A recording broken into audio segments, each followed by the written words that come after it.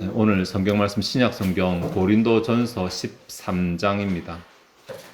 고린도전서 13장 7절 말씀 한 절만 제가 봉독하도록 하겠습니다. 고린도전서 13장 7절입니다. 모든 것을 참으며 모든 것을 믿으며 모든 것을 바라며 모든 것을 견디느니라. 아멘.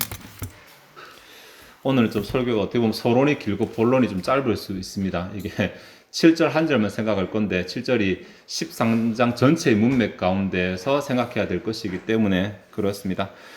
고린도서 13장은 사랑장이라고 굉장히 잘 알려져 있죠. 교회 조금 다녔다 하면 고린도 13장을 모르시는 분은 없을 것입니다.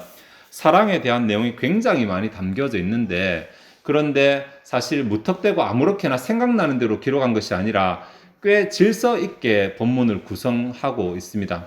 1절부터 3절까지는 사랑은 반드시 필요하다라는 사랑의 필수성이 주제가 되어져 있고, 4절부터 7절까지는 사랑의 특징이죠. 우리가 잘 아는 사랑은 무엇이다, 무엇하지 않다, 이렇게 말한 특징들이 기록되어져 있습니다. 8절부터 13절까지는 사랑은 무엇보다도 우월하다라고 하는 사랑의 우월성이 강조되고 있습니다. 그러니까 사랑의 필수성, 다음에 사랑의 특징, 사랑의 우월성, 필수성이나 우월성이나 비슷한 맥락이죠. 이렇게 본다면 사랑이라는 것이 반드시 필요하다. 신자에게 사랑은 반드시 필요하고 꼭 해야 되는 것이다. 그런데 어떻게 해야 되는지 사랑의 특징은 이러하다라는 구성이 13장의 구성이라고 말할 수 있습니다. 근데 우리가 오늘 살펴볼 7절은 4절에서 7절까지의 사랑의 특징이라고 하는 그러한 부분에 속해 있고 마지막 절이죠. 4절에 7절까지는 굉장히 유명해서 노래로도 복음송으로도 많이 나와 있습니다. 그런데 4절에 7절까지 가만히 보시면 이게 또 특정한 또 흐름을 또 가지고 있습니다.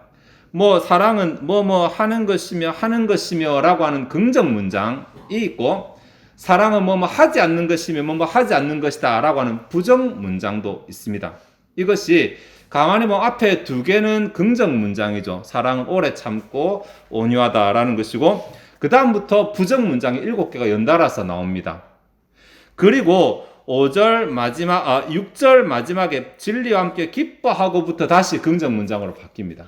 긍정적인 특징, 부정적인 특징, 긍정적인 특징. 그러니까 무턱대고 이런 것이 아니라 꽤 뭔가 생각을 하고 구성을 했다라는 것을 알 수 있습니다. 그런데 이제 우리가 생각할 것이, 흔히들 이 사랑의 본문이 13장을 말할 때 이것은 이웃 사랑과 관련된다라고 많이들 보시거든요. 다른 사람에 대해서 우리가 어떻게 할 건지에 대해서 이렇게 기록한 것이라고 보는데, 첫 번째 두 가지의 그 긍정 문장, 오래 참고 온유한 것, 그렇게 볼 수 있어요. 두 번째 부정 문장들, 자랑하지 않고 시기하지 않고 교만하지 않고 무례 행하지 않고, 이것도 그렇게 볼 수 있습니다.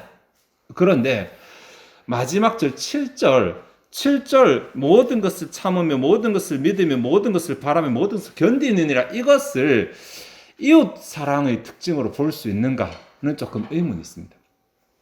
왜냐하면 믿으며 소망하는 게 나오잖아요. 사람을 대상으로 믿는다든지 사람을 대상으로 소망한다라고 보는 것이 좀 어색하잖아요. 그래서 아마 이 주석가들도 고민을 좀 많이 했어요. 그래서 어떻게 하냐면 1차적으로는 형제를 대상으로 하되, 궁극적으로는 그 배후에 계시는 하나님을 믿고 소망한다, 이렇게 해석을 하기도 합니다. 근데 꼭 그렇게 해석할 필요는 없을 것 같은데, 13장 어디에도 형제 사랑에 대해서 말한다라고 한 적은 없습니다. 사랑이 무엇인지, 사랑이라는 특징에 대해서, 다른 말로 아가페가 무엇인지, 아가페의 특징에 대해서만 말하고 있지, 이것이 형제 사랑이니 하나님의 사랑이니 구분하지 않고 있습니다. 그러니까 지금 우리가 7절을 살필 거잖아요. 7절 앞에 나오는 4절부터 5절, 6절까지는 별 이의 없이 형제 사랑의 측면이 강조된 것이라고 볼 수 있는데, 7절도 그냥 형제 사랑으로만 보기에는 이것이 조금 어색할 뿐만 아니라 오히려 하나님을 대상으로 하는 사랑으로 딱 놓고 보면 굉장히 잘 어울립니다. 참고 믿고 바라고 참는다니까. 하나님을 대상으로 해서 우리가 그렇게 하는 것이니까 이렇게 보는 것이 더 적합한데, 라고 해석할 수도 있습니다. 오늘 우리가 이제 이 관점으로 볼 것입니다. 물론 형제 사랑이라는 관점에서 다 봐도 뭐 상관은 없지만 본문은 사랑이라고 하는 것에 대해서 말하고 있고, 그 다음에 특별히 7절은 우리가 하나님 앞에서의 우리의 사랑의 태도와도 충분히 관련지어 생각할 수 있기 때문에 그렇게 볼 것입니다. 뭐 그렇게 볼 수밖에 없는 이유들이 여러 개 있는데 몇 가지만 좀 구분하면, 앞에 나와 있는 특징들은 굉장히 구체적인 특징들입니다. 성내지 않는다, 그죠? 자랑하지 않는다. 그런 것에 비해서 7절에 나오는 특징들은 믿는다, 소망한다, 굉장히 추상적이잖아요. 앞에 나와 있는 단어들과 딱 구분되는 단어를 쓰고 있습니다. 그리고 6절 마지막에 보면 6절에 불의를 기뻐하지 아니하며 진리와 함께 기뻐하고부터 불의 대신에 의가 나오지 않고 진리라는 단어가 등장을 합니다. 이것이 하나님이든 예수님이든 말씀이든 간에 하여튼 진리라고 하면 우리가 가지고 있지 않은 우리 삶에서의 의를 말하는 것이 아니고 절대적인 기준을 말하는 것으로 바뀌면서 6절 하반절에서 기준이 초점이 쫙 옮겨갑니다. 그리고 나서 7절이 나오니까 7절은 사랑에 대해서 보다 추상적이거나 보다 뭐 보편적이거나 보다 종합적이거나 아마 이런 내용을 말하는 것이다 라고 이렇게 정리할 수 있습니다. 그리고 아까 말씀드렸다시피 그렇게 정리하고 나니까 이 단어들은 하나님 앞에서 우리의 자세와 더 잘 어울린다 라고 말할 수 있는 것입니다. 이제 본격적으로 7절을 조금 생각해 보려고 하는데, 7절은 구성도 조금 특이하고 내용도 조금 특이합니다. 그냥 읽으면 뭐 그게 그것처럼 보이겠지만 우선 한글로 딱 보면 모든 것을 4번이나 반복되고 있잖아요. 굳이 안 해도 되는데 4번씩이나 반복하는 것은 강조의 기능을 할 수 있습니다. 더군다나 실제로 문장을 쓸 때 이 단어는 문장의 맨 앞에 옵니다. 강조하기 위해서 일부러 강조하는 단어니까. 그러다 보니까 4개 문장이 우리도 모든 것을 참으며 모든 것을 믿으며 두 단어로 구성되잖아요. 목적어와 동사와 목적어, 동사 두 단어로 구성되는데 실제로 원어로도 이 순서로 기록됩니다. 헬라어는 원래 수로가 먼저 오는데 이 단어를 쓰면 수로보다 앞장선, 즉 강조 기능을 하고 있거든요. 근데 강조 기능을 하는 것을 4번씩이나 반복하고 있으니까 굉장히 강조. 모든 것을 이라고 강조합니다. 그런데 이 강조하는 것도 그렇지만 이 모든 것을 믿는다라고 했을 때 도대체 그 믿음의 대상을 말하는 것인가? 모든 것을 참는다고 했을 때 참는 대상을 말하는 것인가? 모든 것을 소망한다고 해서 소망의 대상을 말하는 것인가? 그렇지는 않다고 봅니다. 이게 실제로는 어려운 말씀 죄송한데 형용사거든요. 형용사입니다. 파스라고 하는 것은 모든이라는 모든. 근데 왜 우리가 목적으로 해석을 해버렸냐라는 거죠. 수로가 있으니까 수로의 목적으로 해석을 해버렸는데 여기서 화용론적으로 목적어가 아니라 부사로 해석해야 된다라고 뭐 상당히 많은 주석가들이 동의합니다. 부사로 해석하면 어떤 상황에서라도 라고 볼 수 있어요. 어떤 상황에서라도 믿으며 어떤 상황에서라도 소망하며 어떤 상황에서라도 참아야 된다는 것이죠. 사실 제가 앞에 이 본문을 따로 봐야 되는 이유를 하나 설명했는데 빠뜨렸네요. 지금 생각나는 여기 믿으며 바라며가 믿음과 소망이거든요. 믿음과 소망. 실제로 이제 원어로 보면 동사를 명사로 바꾸면 다 믿음과 소망입니다. 그런데 사랑이라는 문맥, 사랑의 특징이 무엇인지를 말하면서 믿음과 소망을 말하잖아요. 이 7절 한 절에 믿음, 소망, 사랑 3개가 다 나옵니다. 사랑이 무엇인지를 설명하니까 사랑은 믿는 것이며 사랑은 소망하는 것이다 라고 나오니까. 그래서 7절은 앞에 있는 4절부터 내용보다는 13절에 그런 믿음, 소망, 사랑이 항상 같이 있을 것인데 라는 것과 더 연결이 됩니다. 제가 빠뜨렸어요. 죄송합니다. 다시 흐름으로 돌아와가지고 이렇게 본문 가운데 모든 것을이라고 말하는 것은 어떤 상황에도라는 부사로 해석을 할 수 있다고 말씀드렸어요. 어떤 상황에도 믿으며 어떤 상황에도 인내하며 어떤 상황에도 소망하며 어떤 상황에도 참는 이것이 사랑이라는 것입니다. 이웃을 대상으로도 이렇게 해석할 수 있지만 하나님 앞에서 우리 신앙의 자세, 우리가 하나님을 사랑한다고 말하면, 내가 하나님을 사랑하는 신자라고 생각한다면 어떤 상황에서도 참고 어떤 상황에서는 이 어떤 상황이라는 단어가 중요합니다. 하나님의 사랑은 사실 상황을 가리진 않으시거든요. 하나님의 사랑은 대상도 사실 가리지 않으십니다. 우리가 만약에 하나님이 우리가 사랑받을 만한 사람 고르고 다음에 하나님 말씀 잘 듣는 사람 고르고 이렇게 해서 우리를 사랑하셨다면 여기 우리 얼마나 남아있겠습니까? 하나님의 사랑은 조건이 없는 사랑이라고 하잖아요. 이게 상황을 가리지 않는 사랑입니다.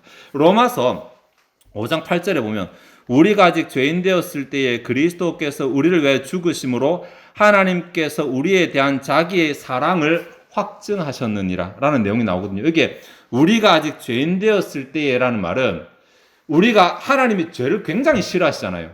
하나님이 죄와 공존하실 수도 없거든요. 근데 우리가 죄인이었어요. 그러니까 우리는 그 상황이 그 조건이 하나님의 사랑을 받을 수 없는 조건입니다. 그때 하나님은 우리를 사랑해 주셨어요. 그러니까 하나님의 사랑은 조건을 가리지 않는 상황을 가리지 않는 사랑이라고 말할 수 있습니다. 그럼 그 사랑을 우리가 받았어요. 그런데 우리는 하나님이 내게 조금 잘해주시면 내가 하나님을 사랑한다고 생각하고 하나님 나 사랑한다고 생각하고 하나님께서 내게 조금 잘 못해주신다 싶으면 하나님 나를 사랑 안 하시는 것 같다 생각하고 우리가 생각하는 하나님의 사랑은 꽤 조건적일 수 있다는 말입니다. 상황적일 수 있다는 말입니다. 내 기분 따라서 내 상황 따라서 하나님의 사랑이 왔다 갔다 한다라고 스스로 생각할 수 있다는 거죠. 그런데 본문은 하나님의 사랑 아가페는 상황을 가리지 않는다. 어떤 상황에서도 이런 모습들이 이런 특징들이 나타난다라고 말합니다. 내가 하나님을 사랑한다면 내 상황이라든지 그다음에 내 처지라든지 내 조건과 상관없이 어떤 상황에서도 이런 특징들이 나타나는데 참으며 믿으며 바라며 견디는 특징들이 나타난다는 것입니다. 말로 하나님 사랑하며 찬양할 때 하나님 사랑합니다라고 말하는데 그것 가지고 하나님을 사랑하는 거 증거할 수 없고 내가 어떤 상황에서도 하나님을 본문이 말하는 네 가지 단어처럼 뭔가 하고 있는가 참고 있는가 인내하고 있는가 소망하고 있는가 믿고 있는가 이런 것이 나타나야지 내가 하나님을 사랑한다고 말할 수 있다는 것입니다. 그것이 아니면 말로만 사랑하는 말로만 내가 사랑한다고 착각하는 것이고 그것이 나타나면 나는 실제로 하나님을 사랑하는 것이고 그렇게 구분할 수 있습니다. 이것이 이제 구조적인 특징인데 구성에 있어서도 조금 우리가 찾아봐야 되는데 가만히 보시면 모든 것을 참으며 모든 것을 믿으며 모든 것을 바라며 모든 것을 견디느니라. 참으며 모든 빼면 참으며 믿으며 바라며 견딘다. 얼핏 보기에 참는다고 견딘다가 비슷한 말 같죠? 네, 그러니까 참는다 견딘다가 비슷한 말이고 믿으며 바라며도 굉장히 비슷한 말입니다. 원어가 비슷한 것이 아니라 그러니까 바라며라는 이 단어가 원래는 히브리어를 번역할 때 믿는다라는 단어를 번역할 때 이 단어를 쓰거든요. 그러니까 어떻게 보면 기다리는데 믿으며 기다립니다. 기다리고 믿으며 기다립니다. 이런 이제 교차대칭 구조를 설명을 하시는 분 있어서 제가 설명을 드리는 것인데 어렵죠. 이거 제가 빼겠습니다. 왜냐하면 이렇게 생각 안 해도 되니까. 그것 아니라 각 단어들이 가지는 고유한 의미들이 있고 그 의미들을 우리가 생각해 보면 이 7절이 우리에게 주는 아주 중요한 교훈을 발견할 수 있습니다. 참으며 하고 견디느니라고 똑같은 단어 안 쓰고 있어. 다른 단어 쓰고 있어. 뉘앙스가 다릅니다. 심지어 4절에 보면 사랑은 오래 참고 있잖아요. 이 단어하고도 다릅니다. 4절에 7절까지 참는다는 단어가 3번이 나오는데 각각 다른 단어를 쓰고 있어요. 다른 단어를. 일부러 다른 단어를 쓰고 있는 것 같아요. 그냥 똑같은 말하기 싫어서 다른 단어를 쓰는 것이 아니라 뉘앙스가 조금씩 다릅니다. 4절은 지금 생각해 볼 것이 아니니까 7절에 모든 것을 참으며라는 단어, 참으며라는 이 단어는 원래 뚜껑으로 덮는다는 단어입니다. 뭐 생각났으니까 4절도 말씀, 사랑 오래 참고 4절에 말하는 오래 참다는 단어는 화가 나는데 화를 뒤로 미룬다는 말입니다. 조금 다르죠. 감정적인 단어고 7절에서는 모든 것을 참는다고 했을 때 참는다 이 단어는 뚜껑으로 덮어버린다는 말입니다. 조금 뭐 그 말이 그 말 아닌가 싶지 모르겠지만 다릅니다. 분명히 문제가 있는데 문제가 사라지지 않았는데 그 문제를 덮어버린다는 말입니다. 왜 덮어버리는가? 그 단어가 다음 단어에 나옵니다. 믿으며라는 단어에 나옵니다. 믿으며라는 이 단어는 원래 의탁한다, 맡긴다라는 말입니다. 참 어울리잖아요? 그러니까 나는 문제를 덮어버려요. 이거 잘 이해하려면 유튜브 이런 거 보면 저기 동남아시아에서 뱀 잡는 영상 나옵니다. 우리 집 뱀이 나타났어요. 그러면 어떻게 하냐면 일단 덮어야 돼요.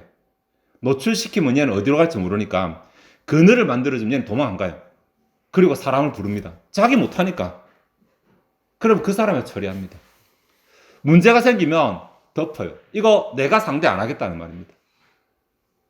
내가 상대 안 하고 하나님께 의탁합니다. 맡긴다죠. 다음에 소망합니다. 소망한다는 단어가 아까 믿는다는 뜻이 있다 그랬죠. 근데 믿는다고 똑같지는 않고 이것이 기다린다, 기대한다 라는 뉘앙스가 들어있거든요. 그래서 하나님께 맡기고 하나님께서 해결해 주시기를 기다립니다. 여기까지 딱 하면 좋은데 마지막에 견디느니라 이 단어의 뜻은 원래 이제 끝까지 살아남는다 이런 말이거든요. 이 단어가 견디느니라 쭉 그 자리를 지킨다는 말이니까 내가 하나님께 맡기고 다음에 하나님을 기다리는 그 자리를 끝까지 지킨다 이런 뜻도 있고 해석하기에 따라서는 일 다 끝나도 나는 여전히 남아있으니까 나는 생존해 있으니까 지난주에 했으니까 생존하면 승리하는 것이거든요. 살아남으면 승리하는 것이거든요. 결국은 승리한다 라고 해석하기도 합니다. 어쨌든 지금 고린도서 13장 7절에서 4개의 단어를 열거하는데 이 단어가 일정한 순서를 가지고 있다는 것입니다. 교훈 안에서 어떤 상황에서라 그랬죠. 어떤 상황에서 그러니까 무슨 상황이 나왔든지 내가 감당할 수 있는 상황이든지 감당 못할 상황이든지 어떤 상황이 생겼을 때 하나님을 사랑하는 성도라면 하나님을 사랑하는 신자라면 내가 그 문제를 상대하려고 하지 않고 그 문제를 두고 하나님을 찾아갑니다. 하나님께 맡깁니다. 하나님 제 문제 좀 하나님 해결하다 하나님께 맡깁니다. 자꾸 맡기는 작업입니다. 그리고 맡기고 하나님께서 해결해 주시기를 기다립니다. 하나님께 사실 것 아닙니까? 기대합니다. 그리고 그 자리를 지킵니다. 하나님께 맡기고 기다리는 믿음과 소망의 자리를 지킵니다. 예. 하나로 또 통해서 말하면 믿음과 소망의 자리를 지키는 가운데 문제가 해결되는 끝을 경험한다. 이렇게 볼 수 있겠네요. 네. 이것이 사랑의 특징이라는 것입니다. 특별히 우리는 하나님 앞에서 신자가 하나님을 사랑하는 신자가 가지는 사랑의 혹은 신앙의 자세의 관점에서 볼 때 문제가 생겼을 때 하나님께 맡기고 내가 어떻게 하라고 하나님께 맡기고 하나님을 기다리고 하나님께 주는 결말을 보는 이것이 사랑의 특징이라고 말합니다. 어떻습니까? 8절을 보면 이 사랑은 언제까지나 떨어지지 아니하되라고 말하네요. 왜 이 단어를 썼는지 모르겠어요. 핍토라는 이 단어는 진짜 툭 떨어진다는 말이거든요. 어딘가 있다가 물건이 선반 위에 있다가 툭 떨어진다 이런 단어거든요. 그러니까 이 사랑은 왜 이 표현을 썼는지 모르겠어요. 그냥 사라지지 아니하되 이 정도였으면 좋겠는데 더 강한 어떤 뉘앙스를 주고 싶었던 것 같아요. 그래서 이런 사랑은 결코 자기 자리를 이탈하거나 떨어지거나 질서가 깨지거나 파괴되거나 이렇게 하지 않는다. 계속 남는다는 말이겠죠. 이런 사랑. 자, 다시. 우리가 하나님을 사랑한다고 말 전부 다 하시잖아요. 다 하나님 사랑하시잖아요. 다 아멘 하실 것입니다. 근데 하나님을 사랑한다고 말하는 것이 아니라 실제로 내 삶에서 하나님을 내가 사랑하는지를 검증해 볼 수 있는 기준을 본문을 주고 있어요. 문제가 있어요, 나한테. 문제가 있을 때 그거 내가 일단 하나님 좀 급하니까 먼저 좀 해결하고 올게요. 내가 그것을 감당하려고 하느냐? 아니면 하나님 이거 나 안 됩니다. 하나님 좀 해주세요라고 일단 기도부터 하느냐? 이것이 하나님 사랑하는 첫 번째 특징이에요. 네. 두 번째, 하나님 이 문제 하나님께 해결해 주세요라고 하나님께 자꾸 문제를 밀어냅니다. 하나님께 맡깁니다. 자꾸 내 마음에 좀 내 머릿속에 좀 이거 남아있지 않게 해서 하나님 좀 가져가세요라고 계속 기도로 실험하면서 하나님께 밀어내는 게 하나님 사랑하는 사람입니다. 그리고 하나님 해주시겠지. 하나님 하실 것입니다. 라고 하나님을 기대하는 고백들이 자꾸 나오는 이런 신자가 하나님을 사랑하는 신자입니다. 그리고 그 자리를 견지하는 그런 신앙의 자세를 견지하는 하나님께 믿고 맡기고 하나님께 해주실 것이라는 그 마음이 흔들리지 않고 그 자리를 지키는 사람이 하나님을 사랑하는 신자입니다. 어떻습니까? 나는 하나님을 사랑하십니까? 내가 하나님을 사랑한다고 하는 그 사랑이 무엇이 더 부족하십니까? 오늘 본문 가운데 이웃 사랑에 대해서는 이렇게 말합니다. 하나님처럼 관대해라. 하나님처럼 너그러워라. 하나님처럼 용서해라. 하나님처럼 원수 갚지 말라. 이렇게 말합니다. 그와 한 축을 이루는 7절에서 하나님 앞에서 그럼 우리의 사랑은 어떻게 해야 되느냐? 우리가 이웃을 대해서는 이렇게 사랑해야 되는데 하나님을 향해서는 어떻게 해야 되느냐? 하나님께서 우리에게 원하시는 것은 뭔가 네가 무거운 짐을 지고 네가 알아서 다 하면서 나한테 좋은 것만 갖다 바치라 이것을 말하는 것이 아니라 오히려 문제가 생겼을 때 제발 나한테 좀 맡기라고 그렇게 말씀을 하십니다. 네가 하겠다고 하지 말고 나한테 들고 와서 나한테 맡기고 진짜 나한테 맡기고 너는 그것에 대해서 고민하지 말아라. 그리고 기다려라. 이것이 하나님을 사랑하는 신자의 특징이라는 것입니다. 내게 원하시는 게 뭔데요? 뭐 대단한 헌신을 원하십니까? 그에게 헌금을 원하십니까? 그거 아니잖아요. 믿음과 소망을 보이라는 것인데. 그러면 네가 가진 문제의 결말을 보게 될 것이라고 말씀하시는데 하나님을 사랑하라 할 이유가 없잖아요. 하나님을 사랑할수록 내 문제는 더 해결될 것이고 하나님을 사랑할수록 나는 더 기쁨과 즐거움을 경험하게 될 것인데 그러니 오늘 본문을 좀 정리하면서 우리가 말로 하나님을 사랑한다고 하는 것은 우리의 귀를 즐겁게 할 수 있고 다른 사람의 눈을 속일 수 있어요. 그러나 우리가 실제로 사랑하지 않으면 하나님 앞에 사랑을 보이지 않으면 오늘 7절이 말하는 이런 결말을 보기 힘듭니다. 문제가 지나가도 여전히 그 자리에 설 수 있는 승리를 경험하기 힘듭니다. 하나님을 사랑합시다. 말로 아멘이 아니라 하나님을 사랑합시다. 이 말 다르게 풀어서 문제가 생겼을 때 내가 어떻게 하려고 하지 말고 일단 기도부터 시작합시다. 일단 하나님 문제가 하나 터졌네요. 저는 어떻게 해결 못하는데 하나님 좀 해주세요. 그리고 하나님께 믿고 맡기려고 좀 발버둥을 칩시다. 하나님 내가 어제 기도했는데 오늘 또 불안하네요. 근데 하나님께 다 안 맡긴 것 같아요. 오늘 또 기도합니다. 하나님 좀 가져가세요. 이 문제 좀 가져가세요. 하나님 이 문제 좀 가져가세요. 라고 하나님 계속 밀어내고 맡기는 거. 네. 그렇게 하나님께 맡겼다 생각하면 기다려야죠. 씨를 뿌리고 거둘 때까지 기다리듯이 기다려야죠. 이게 조바심 나가지고 오늘 씨 뿌려놓고 내일 열매 거둔다고 밭에 나가보고 모래 나가보고 이거 아니고 자랄 때까지 기다려야죠. 네. 하나님 기다리는 동안 제 신앙이 흔들리지 않도록 제 믿음이 흔들리지 않도록 제 사랑이 흔들리지 않도록 도와주소서 기도하면서 기다려야죠. 그리고 하나님께 주시는 결말을 경험하는 이것이 하나님을 향한 신자의 사랑이라는 것. 기억하시고 하나님께서 우리에게 네 사랑을 보이라고 하셨을 때 물론 이웃을 향한 사랑은 아닙니다. 이웃을 향해서는 내 것을 내어주고 주님 하셨던 것처럼 다른 사람을 도와주고 이것입니다. 용납하고 용서하고 성내지 않고 참 이렇게 하는 것입니다. 이웃을 향해서 그렇게 하되 나의 사랑의 원천인 하나님 내가 그렇게 이웃을 행할 수 있는 그 아가페를 내게 공급하시는 하나님 앞에서만큼은 철저하게 의리되고 철저하게 낮아지고 철저하게 연약한 자가 되어서 하나님을 기대하고 하나님을 의지하고 하나님의 도우심을 기다림으로 하나님께로부터 그 모든 것을 받아 누리는 저와 여러분 되시기를 바랍니다. 기도하시겠습니다. 하나님 오늘 고린도전서 13장 7절이 주는 그 사랑에 대한 교훈 가운데서 하나님을 향한 우리의 신앙의 자세 혹은 하나님을 향한 사랑이 무슨 특징이 있는지 4가지 특징을 나누어서 생각해 보았습니다. 하나님 우리가 하나님을 사랑한다고 매일매일 말하는데 혹시 그 사랑이 내가 하나님께 무엇을 해드려야 하는 것이라고 생각하면서 하나님을 사랑한다고 하는 것은 아닌지 생각해 보게 하옵소서. 우리가 즐거이 하나님도 헌신하고 하나님께 또 기쁘시게 해드리고 하나님의 일을 하는 것도 좋지만 근본적으로 사랑은 하나님에게서 나오는 것이고 근본적으로 우리는 하나님의 사랑을 받아 누리는 자인 것을 우리가 생각하게 하옵소서. 하나님의 사랑을 받아 누리지 못하면서 내가 인간적인 노력으로 하나님께 무엇을 해드린다고 착각하지 말게 하옵소서.